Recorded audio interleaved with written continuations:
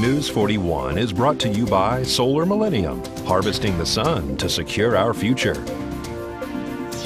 Pahrum's most watched and #1 media source for local news and weather, with Selwyn Harris, Deanna O'Donnell, Rick Vale, and Laura Spasato. Good evening, Pahrump. It's Thursday, May 20th, 2010. I'm Selwyn Harris. And I'm Chase Shropshire. I'm in for Rick Vale tonight. A local man is dead and 2 houses were destroyed by fire following a domestic dispute early this morning. That's right. It all started just after 7 o'clock on the valley's south end of town and ended about an hour later at a residence on Janet Lane. News 41's Deanna O'Donnell has the story. This morning after 7 a.m., Nye County Sheriff's deputies responded to the south side of town to Homestead and Thorne for a report of a domestic, in which the female had left the scene, but in fact reported that her spouse, Gary Walton, had a gun and said he was going to burn down the residence. She reported at that time of witnessing black smoke coming from the double-wide manufactured dwelling. News 41 spoke to Nye County Sheriff Tony DeMeo. Well, this is involving a dispute which started on Thorne off Homestead. Suspect went to a residence there looking for someone he had a past relationship with. She wasn't there. At that time, he set that location on fire, that house on fire. He then responded to this location here in Janet, set the house on fire. Nye County Sheriff's Office was dispatched. As the deputies got to the scene, they saw the suspect. The suspect tried to ruse them into where he was. The deputies took cover behind the vehicle because we understood there was a gun involved. The suspect took his own life at that time. The suspect is not being identified, and neither is the officers involved. We were not involved in any kind of a shooting incident with the suspect. Like I said, the suspect tried to lure the 2 deputies, 2 responding deputies, to where he was near his vehicle. When the deputies took cover behind their vehicle, the deputies heard 1 gunshot, at which time they waited for further backup. They approached the location and found the suspect had a self-inflicted gunshot wound. There's reports that these 2 are married. Does he own both properties? Doesn't own any of the property down there. We don't know if he owns that property down there. She was there seeking some refuge away from this individual. We hadn't any. Actually, we looked in our local to see if we had anything on him. We didn't. She recently came up to the station and made a complaint to the deputies, which we were investigating at that time. Like I said, is that it's a domestic. We're still under investigation, and once the investigation is complete, then we'll have further information. The neighbors are saying that there was threats that he said that he was going to burn the houses down. Well, we're looking into that at that time. Sometimes, I understand, we're looking into that, but sometimes people hear that or make assumption and heard that afterwards. So we're just looking into that right now. I did speak to the victim. I was at Thorne Street first, and I spoke to the victim, making sure she was okay. There was kids that were in the house. They were all okay. There was no one in the residence that was injured. Unfortunately, the house is destroyed at that location. And of course, we have the attack over here that occurred as well.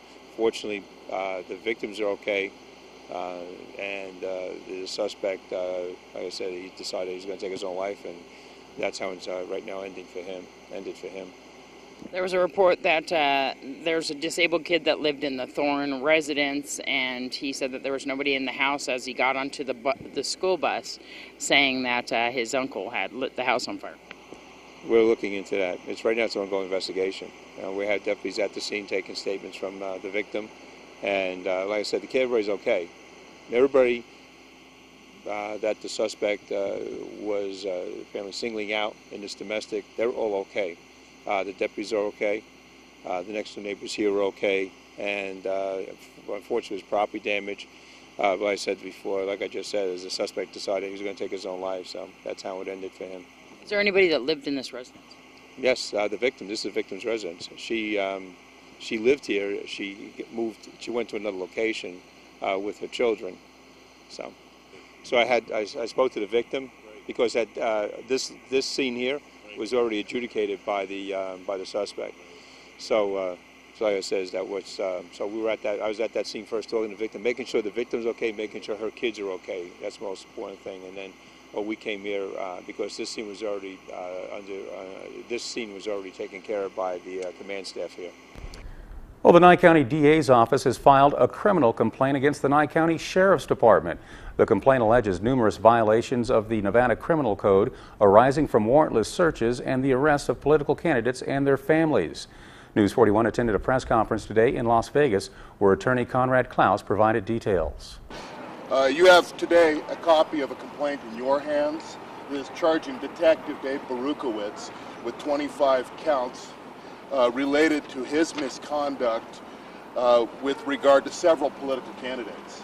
There's a pattern in Nye County with David Berukowitz using his official powers in an abusive manner to interfere with the political process.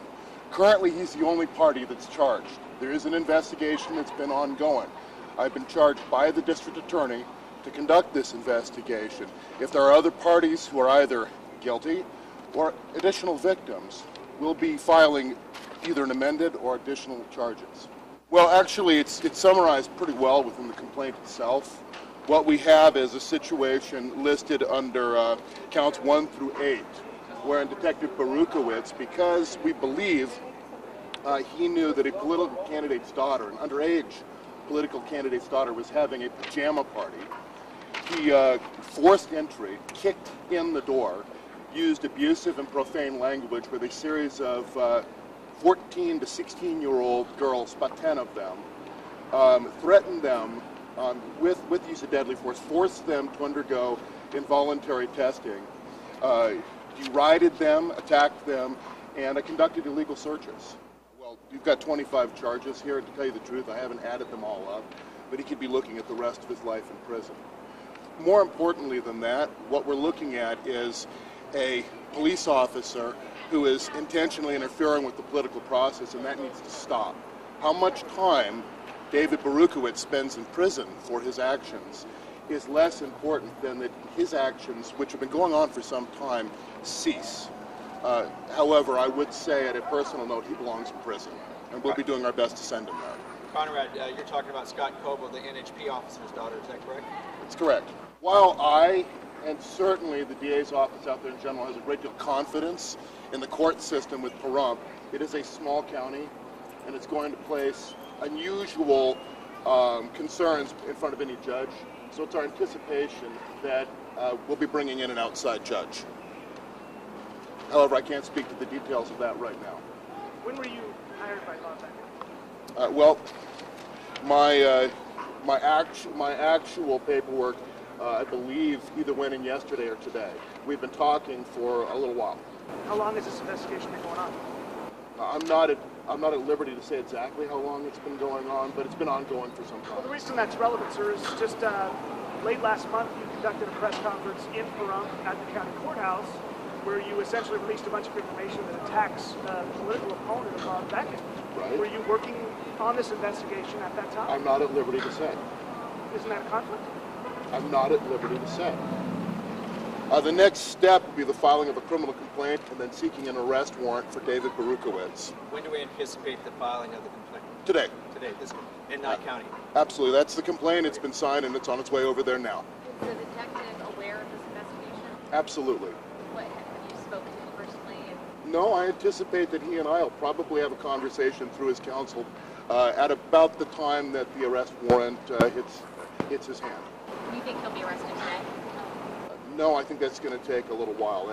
That process is not immediate. I don't live in Nye County. I was selected because I have little contact with Bob Beckett. I have no social contact with him whatsoever. I've been on the other side of several cases with regard to Nye County, with regard to the DA's office. And I can't speak to his internal reasoning, but that's my impression is that's he selected me because I had some independence. Can you say who you were representing at the press conference in Nye County last month? I'm not here to talk about that press conference. You don't think that's relevant? I'm not here to talk about that press conference. I understand that you're not here to talk about that, but you don't recognize... Does anybody else have any questions? Thank you very much. If we can talk about that press conference, that is interesting because I know Mr. Beckett was arrested and held a press conference on his behalf. I was asked by a private party to hold a press conference stating their filing of an EEOC complaint. The EEOC complaint does not require an attorney for representation, but I would have been on the other side from the DA's office when I filed that complaint. And if I'd filed that complaint, all I was hired to do was actually hold the press conference and announce what was going on with regard to the EEOC complaint. So I'm not on that, but I have been on the other side from the Nye County DA's office on many occasions. If you were going to typify that in any way, the way you typify it is that I was against the DA's office there as well. But that's actually legally inaccurate. All I was doing was representing a party for a press conference. So is that difficult for you then, being against him 2-3 weeks ago and now investigating and doing a case for him? Bob's a professional, and we're all attorneys. My job is to look at parties that may or may not have committed crimes. And looking at the investigation, I think it's quite clear that David Berukowitz has committed a series of crimes. That'll be up to the court to decide, but that's typically the way we approach these things. The reason why Bob came to me is because I fought against him and fought hard. And he knew that I'll fight hard to put away David Berukowitz if he's guilty. In response to that criminal complaint, News 41's Deanna O'Donnell spoke to Nye County Sheriff Tony DeMayo about this latest bombshell.